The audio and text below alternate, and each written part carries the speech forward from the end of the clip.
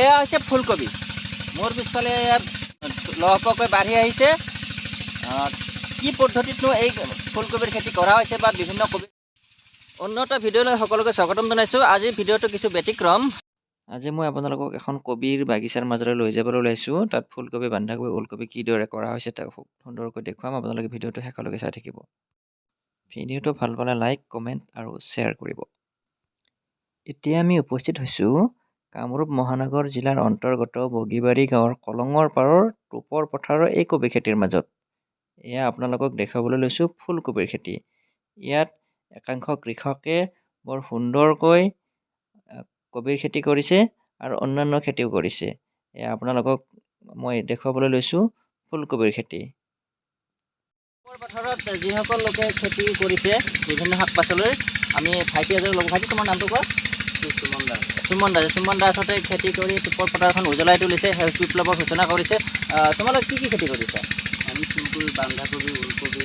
আচ্ছা, কেতিয়াৰ পৰা এই খেতিটো আৰম্ভ কৰা তোমালোকে? মানে বছৰৰ কোনটো মাহত আৰম্ভ কৰা? এইটো অসমীয়াত ভাদ্ৰ মাহ বুলি কয়। ভাদ মাহৰ পৰা। তেতিয়া আমি গুটি পেলাওঁ। অ'কে। তোমালোকে মানে পুলিটো পুলিটো নিজে বনোৱা? আমি নিজে বনাওঁ। এই গুটিবিলাক ক'ৰ পৰা? মায়ঙৰ পৰা আনো, নগা আছে, বৰপেটা আছে। এই হাইব্ৰিড বুলি যে কয়, এই হাইব্ৰিড খেতি কৰিছে নেকি তোমালোকে? হাইব্ৰিড বুলি নহয়, এইবিলাক মানে লোকেলে। আচ্ছা। ইয়াত ফুল আছে 2-3 জাতৰ। এটা হৈছে মেঘা, এটা হৈছে ধৰক সজিনা, এইবিলাক মানে বিভিন্ন জাতৰ আৰু। আচ্ছা। 2-3 জাতৰ আছে। তো লাভ হয়নে? লাভান্বিত? লাভটো খেতি ভাল হ'লে হয়, বেয়া হ'লেতো আৰু এই বছৰ কেনেকুৱা হৈছে? এইবছৰ মোটামুটি বেয়া হোৱা নাই আৰু বেয়া হৈছে। বৰষুণটো দিছিলে আগত, বৰষুণটো মানে অলপ খেতিটো মানে পুলিবিলাক নষ্ট কৰি দিছিলে, আৰু যিবিলাক মানে বৰষুণৰ পিছত লগা সেইবিলাক ভাল লাগে। আচ্ছা, বজাৰখন ক'ৰ? মানে ক'ৰ বেপাৰী আহি এইবিলাক লৈ যায়?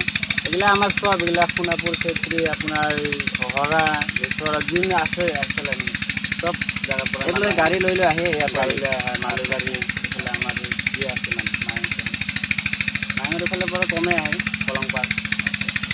তো দাস ভাইটিক ধন্যবাদ জনাইছোঁ। এজন যুৱক এনেধৰণে ধুনীয়াকৈ খেতি কৰিছে, সেউজ বিপ্লৱৰ সূচনা কৰিছে। তোমাক ধন্যবাদ জনাইছোঁ। এনেদৰে সেউজ বিপ্লৱৰ সূচনা কৰিছে আৰু আমাৰ যিখিনি উঠি আহিছে নৱপ্ৰজন্ম, ডেকা ল'ৰাবিলাক এনেই ঘূৰি থকাকৈ খেতি বাতি কৰিব লাগে। চবৰে খেতি বাতি এনেও ভাল। ধন্যবাদ দিছোঁ আৰু ব্যৱসায়িকভাৱে সফল হোৱাৰ কামনা কৰিছোঁ। ঠিক আছে, এতিয়া বিদায় লৈছোঁ।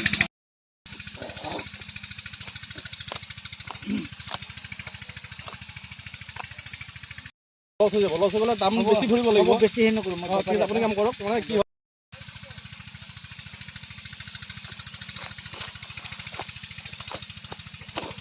এইবোৰ কাটিব নেকি? মানে বেপাৰী আহিছে? এইটো বেপাৰী কাটিম আৰু এতিয়া আচ্ছা। হ'ব আৰু লাগব আমাৰ তাৰলে। তো এনেদৰে এই কৃষকগৰাকীয়ে বিক্ৰীৰ বাবে সাজু কৰি তুলিছে। কবিবোৰ কাটিছে, ফুলকবি।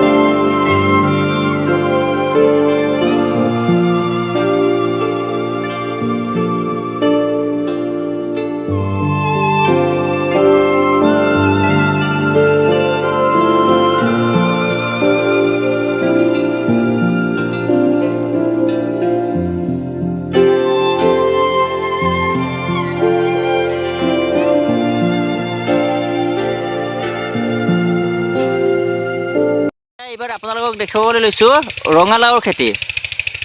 এইবোৰ ৰঙালাও খেতি, ৰঙালাওবিলাক এতিয়াও লগা নাই, লাগিব আৰু কেইদিনমান পিছত, কিন্তু লহপহকৈ বাঢ়ি আহিছে। এয়া কলঙৰ পাৰৰ এটি দৃশ্য, কলঙৰ পাৰৰ টোপৰ পথাৰৰ এটি দৃশ্য, যিখন পথাৰ আছে কামৰূপ মহানগৰ জিলাৰ অন্তৰ্গত বগীবাৰীত। এনেদৰেই একাংশ যুৱকে এক কৃষি বিপ্লৱৰ সূচনা কৰিছে আৰু যথেষ্ট পৰিমাণে লাভান্বিত হোৱা বুলি ইতিমধ্যে আমি জানিব পাৰিলোঁ। এনেদৰে বিভিন্ন স্থানৰ পৰা বেপাৰী আহি কবি কিনি লৈ যোৱা দেখা পোৱা গ'ল। সময় হ'ল আজিৰ এই ভিডিঅ'টোৰ পৰা বিদায় লোৱাৰ। আশা কৰোঁ আপোনালোকে ভিডিঅ'টো ভাল পালে আৰু চেনেলটোলৈ যদি নতুনকৈ আহিছে আপোনালোকে চেনেলটো ছাবস্ক্ৰাইব কৰিব। ধন্যবাদ।